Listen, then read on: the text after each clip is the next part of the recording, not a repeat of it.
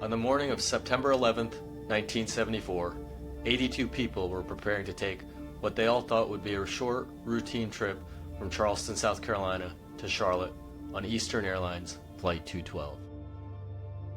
As the pre-dawn sky in Charleston started to brighten, bleary-eyed passengers began the boarding process for the flight, which was right on schedule for its 7 a.m. departure.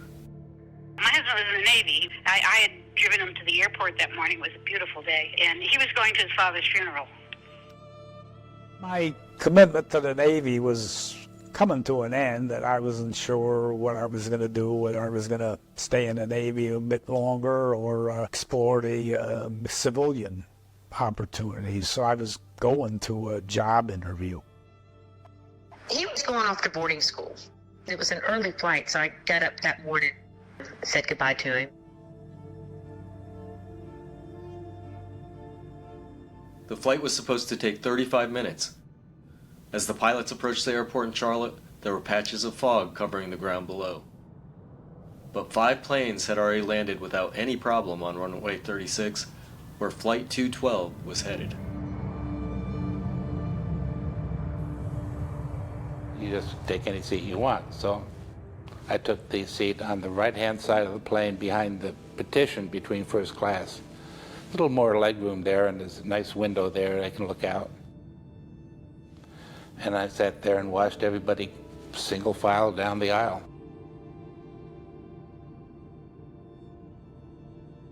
Daddy decided he wanted a cup of coffee.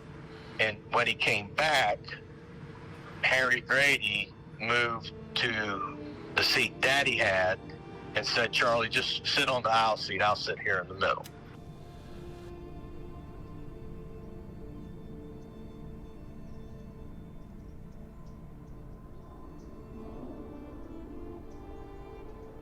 What Arnold and the other passengers didn't know, what they couldn't have possibly known, was that there was trouble in the cockpit. But as the plane descended through the low clouds, it would soon become clear that something was going horribly wrong. It's cloud bank high, and it was clear, crystal clear, like it is after a storm. And below us was another cloud bank on the ground.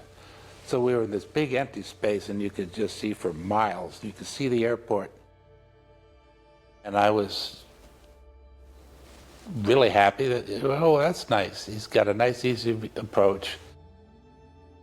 Yeah, in a landing, you sort of notice certain things. They'll put the flaps on, it'll slow down and all that. And you can see tops of trees sticking up through the ground fog and all that. And they're still descending. Ladies and gentlemen, please check once again. I expected to go flashing over the landing zone any minute. And this truck, drove into the dike, off the road. And he did that because the plane was so low, he didn't want to hit the plane. His face was pressed up, looking right at me.